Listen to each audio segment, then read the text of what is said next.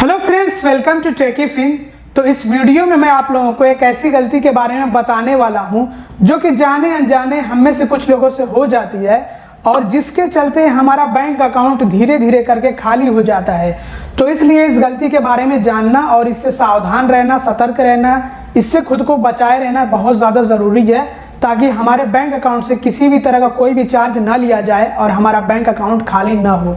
तो आइए वीडियो के टॉपिक की तरफ बढ़ते हैं। शायद कि इस टॉपिक पे पहले भी हमारे YouTube चैनल पर वीडियो आ चुका है। जहां तक मुझे याद आ रहा है कि मैंने इसके बारे में बात किया हुआ है, लेकिन अलग से इसके बारे में कोई वीडियो अभी के टाइम में तो मैंने अपलोड नहीं किया। हो सकता है कि 2 साल पहले या 3 साल पहले कोई वीडियो मैंने इसके बारे में बनाया हो, तो वो वीडियो बहुत ज़्यादा पुराना हो चुका होगा और वैसे भी उस पर ज़्यादा व्यूज़ नहीं आए, लोगों ने ज़्यादा देखा नहीं। पुराने जो हमारे वीडियोज़ हैं, जो 3 साल पुराने या फिर 4 साल पुराने वीडियोज़ हैं, उनको आज के टाइम में ज़्यादा लोग देखेंगे भी नहीं। तो इसलिए मैंने सोचा कि इस पर एक फ्रेश वीडियो बनाता हूँ और आप लोगों को इसके बारे में जानकारी देता हूँ, क्योंकि ये बहुत ही ज़्यादा ज़रूरी जानकारी है, ये आपको पता होना चाहिए। तो अब आइए सीधा वीडियो के टॉपिक की तरफ बढ़ते हैं। तो जब भी हम किसी बैंक में अपना अकाउंट ओपन कराने जाते हैं तो सबसे पहले हम ये पता करते हैं कि हमें बैंक अकाउंट में मिनिमम बैलेंस कितना मेंटेन करना होगा, कम से कम कितना बैलेंस हमारे बैंक अकाउंट में होना चाहिए है ताकि बैंक हमसे कोई नॉन मेंटेनेंस का चार्ज ना हो। फिर चाहे तो हम किसी भी बैंक में अपना अकाउंट ओपन करा रहे हो, जीरो बैलेंस सेविंग्स अकाउंट को छोड़ करके, अगर हम एक नॉर्मल सेविंग्स अकाउंट या फिर जिसको हम रेगुलर सेविंग्स अकाउंट कहते हैं वो हम ओपन कराते हैं, तो सबसे पहले हम बैंक से ये पता करते हैं कि हमें अपने बैंक खाते में कम से कम कितना बैलेंस रखना होगा ताकि हमसे कोई नॉन मेंटेनेंस का चार्ज ना लिया जाए। फिर चाहे तो वो कोई पब्लिक सेक्टर बैंक मतलब कि सरकारी बैंक हो या फिर प्राइवेट सेक्टर बैंक मतलब कि प्राइवेट बैंक हो, तो किसी भी बैंक में हमें अपना अकाउंट ओपन कराना होता है तो सबसे पहले हम ये पता कर लेते हैं कि हमें अपने बैंक अकाउंट में मिनिमम बैलेंस कितना मेंटेन करना होगा। अब यहाँ पे बिल्कुल क्लियर है कि जो प्राइवेट सेक्टर बैंक्स होते हैं उनमें हमें ज़्यादा मिनिमम बैलेंस मेंटेन करना होता है। जैसे कि ज़्यादातर बैंक्स में जो बड़े प्राइवेट सेक्टर बैंक्स हैं, जैसे कि ICICI bank, HDFC bank, axis bank, IndusInd bank, तो इनमें हमें 10,000 रुपये कम से कम मेंटेन करना होता है और एक्सिस बैंक में तो 15,000 रुपये मेंटेन करना होता है। खास करके जो मेट्रो लोकेशन होते हैं वहाँ पे हमें 15,000 रुपये मेंटेन करना होता है। तो इस तरह से ज़्यादातर प्राइवेट सेक्टर बैंकों का यही सिस्टम चलता है कि वो 10,000 मेंटेन करवाते हैं कम से कम, और जो छोटे प्राइवेट सेक्टर बैंक्स होते हैं वो 5,000 मेंटेन करवाते हैं कम से कम।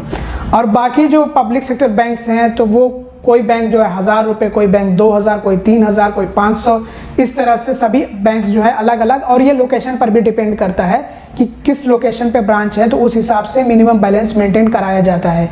तो जब आपको ये बताया जाता है कि आपको अपने अकाउंट में मिनिमम बैलेंस कितना मेंटेन करना होगा जब आप अपना खाता खोल रहे होते हैं, तो आपको ये जब इन्फॉर्म किया जाता है कि कम से कम आपको अपने खाते में 1,000 रुपये या फिर 2,000 रुपये डिपॉजिट करना होगा। खाता खोलने के लिए इनिशियल डिपॉजिट चाहिए है जो कि आपके बैंक खाते में ही जाएगा।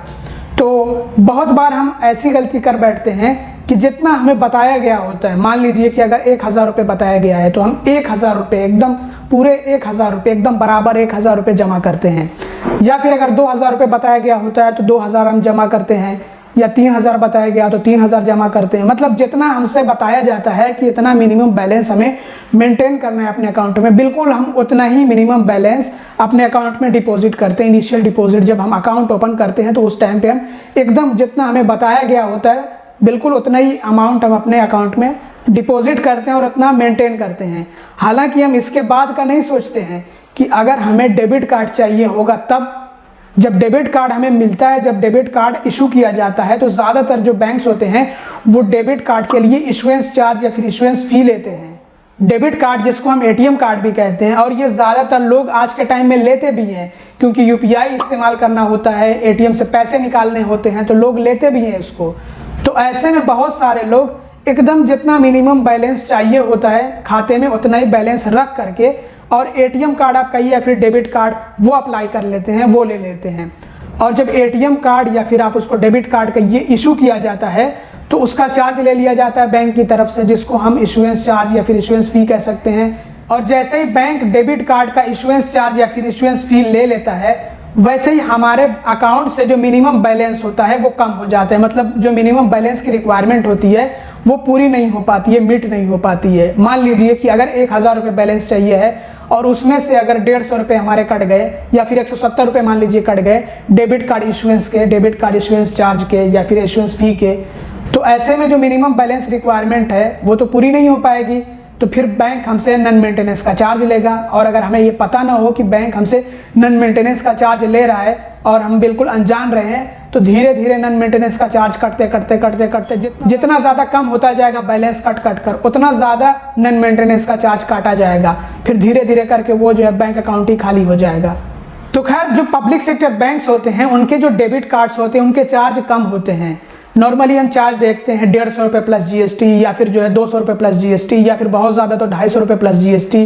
तो कम ही चार्ज होते हैं। लेकिन कुछ प्राइवेट बैंक्स जो हैं वो 500 रुपये प्लस जीएसटी वाला डेबिट कार्ड इशू कर देते हैं या फिर 300 रुपये प्लस जीएसटी वाला डेबिट कार्ड इशू कर देते हैं। मतलब कि जो प्राइवेट सेक्टर बैंक्स होते हैं उनके डेबिट कार्ड्स जो होते हैं ना वो थोड़े महंगे होते हैं, उनकी इशुएंस फ़ी, उनकी एनुअल फीस ज़्यादा होती है कंपैरेटिवली पब्लिक सेक्टर बैंक्स यानी सरकारी बैंकों के। तो ऐसे में मान लीजिए कि अगर हमने किसी प्राइवेट सेक्टर बैंक में अपना अकाउंट ओपन किया हुआ है और उसमें 10,000 रुपये मिनिमम बैलेंस की ज़रूरत होती है, मतलब कम से कम 10,000 रुपये उसमें हमें मिनिमम बैलेंस मेंटेन करके रखना होता है,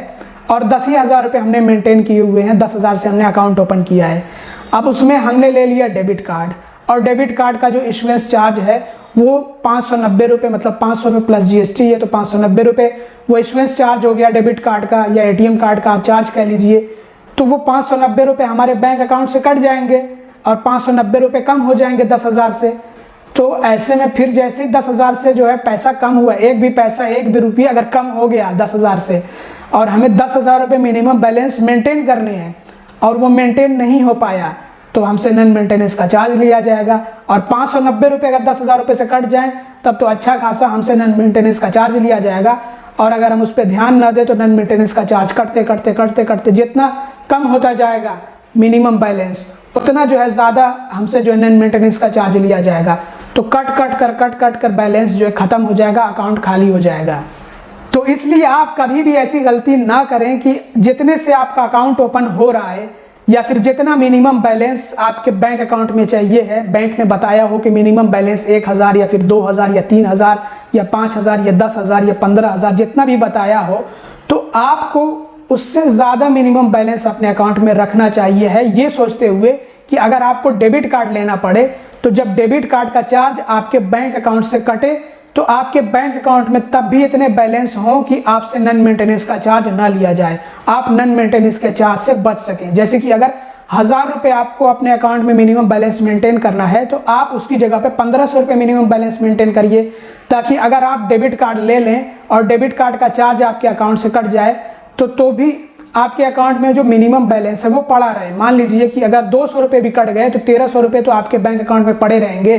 तो 1,300 रुपये पड़े रहेंगे और आपके अकाउंट में चाहिए है मिनिमम 1,000 रुपये। तो जब 1,300 रुपये पड़ा होगा तो वो तो 1,000 रुपये से ज़्यादा होगा ही, तो ऐसे में आपसे नन मेंटेनेंस का चार्ज नहीं लिया जाएगा। और ऐसे ही जब आप जो है किसी प्राइवेट बैंक में अपना अकाउंट ओपन कराएं तो उसमें भी कम से कम 1,000 रुपये आप ज़्यादा डिपॉजिट करें, मिनिमम बैलेंस से 1,000 रुपये ज़्यादा रहेगा। तो अगर आपसे जो डेबिट कार्ड का चार्ज है वो ले लिया जाए तब भी आपके अकाउंट में जो मिनिमम बैलेंस है वो मेंटेन रहेगा, पड़ा रहेगा। हाँ, लेकिन आपको उस पर ध्यान देना होगा कि अगले साल जो है जब सालाना चार्ज आपसे लिया जाए तब आपके बैंक अकाउंट से पैसे कम ना हो, जो मिनिमम बैलेंस है वो कम ना हो, वो मेंटेन रहे, ताकि आपसे कोई नन मेंटेनेंस का चार्ज ना लिया जाए, आप नन मेंटेनेंस के चार्ज से बच सकें और आपका अकाउंट ना खाली हो।